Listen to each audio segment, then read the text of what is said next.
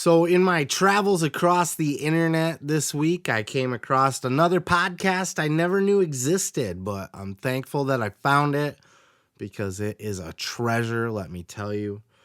It is called the Toxic Masculinity Podcast, Dan and Don's Toxic Masculinity. And by Dan and Don, I'm talking about Dan the Beast Severn and Don Frye the Predator, two UFC legends, two UFC Hall of Famers, and of course, both tied to professional wrestling as well. I had no idea they had a podcast, but I think it's a good idea. They're two just big, burly, old, mustachioed men sitting around smoking cigars, talking tough guy stuff, you know? And they had Mick Foley on the podcast this week. And Foley was talking about all kinds of different things, the Hell in a Cell, that sort of stuff.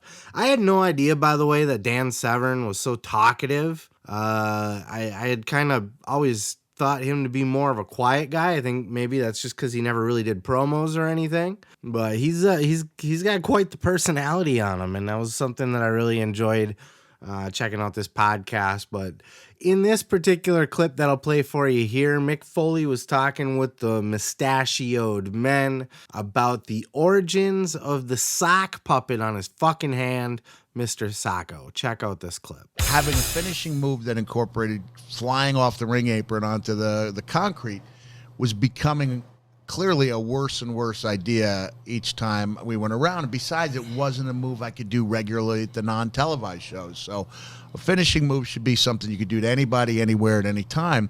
Jim Cornette had brought up to me the mandible claw, and it had a great real-life history in that Dr. Sam Shepard, who was the guy that the fugitive, right? Whether he could not or simply would not go back to medicine, I don't know. And he came up with the mandible claw, which is a nerve hold under the tongue with the two fingers, and then you push up on the nerve right underneath the point of the chin with your thumb. So it was never an idea of he's sticking that sock down his throat.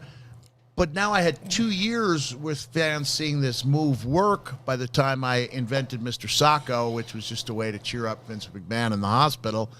And when the sock started getting over bigger than I was, I thought, why not just take the mandible claw that's already a force to be reckoned with and put a sweat sock on it. A sock. The dude got over a sock. This is what is beautiful about professional wrestling, by the way. There's no other sport, there's no other TV show, there's no other entity in the world where somebody can pull a dirty, stinky sweat sock out of their fucking sweatpants, out of the crotch of their sweatpants, and draw their face on it with a Sharpie marker and shove it down people's throats, and it becomes the hottest thing in professional wrestling.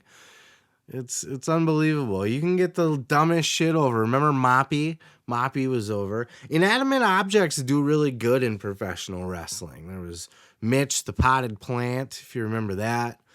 But a sock, a fucking sock, a dirty sock. Mick goes on to tell a story about selling socks at a merch table.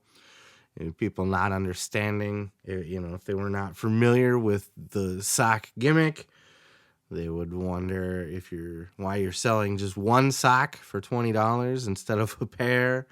And just never mind. It's wrestling. Don't worry about it. Isn't it amazing too that all the years that Mick spent flying off the top of a cage and falling on the thumbtacks and blowing up in Japan and barbed wire and bang bang on the floor, baby, and all that stuff, and it's a sock that gets him over. And thank God that it did, because it gave Mick a whole new life. Because after that Hell in a Cell match, I would venture to say that Mick Foley's in-ring best days were behind him. He was pretty well past his prime physically at that point and was not going to be able to have the same kind of matches that he's had in the past. He had a really good run as Cactus Jack. I loved his run that he had in WCW with Sting.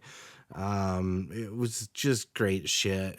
And then when he came to the WWE as Mankind and he worked with The Undertaker, that whole Boiler Room Brawl run, and then the match with Shawn Michaels, Foley had a good run. But by the time he had Mr. Socko, his in-ring work had really slowed down. His body was starting to catch up with him. And it was just perfect timing for that kind of gimmick, something where Mick didn't have to work as hard. And that's the beauty of professional wrestling, is you can find that thing that you can cling on to that's going to get you over, that can save you on your bump card. You don't have to do that shit anymore. It's professional wrestling, and the job is to get over with the fans. It's not necessarily to go out there and kill yourself and abuse your body. That's part of it. And I think ultimately you have to have that in your body of work to be considered a legend, to be considered an all-time great. But to just make a nice fat paycheck, even for a little while, man, if you can get something over like a fucking mop or something like that, you can really do well for a mannequin's head. Just pick any object. You just go find one and get it over. But I recommend going to seek this out, especially if you just like to hear a bunch of manly men sitting around, twirling their mustaches, shooting the shit. It's a good little find, and so I thought I'd bring it to you. Let me tell you something, brother. You can check out full episodes each and every Sunday right here on this channel, dude. Don't forget to like, don't forget to subscribe, and don't forget to take your vitamins and say your prayers, brother.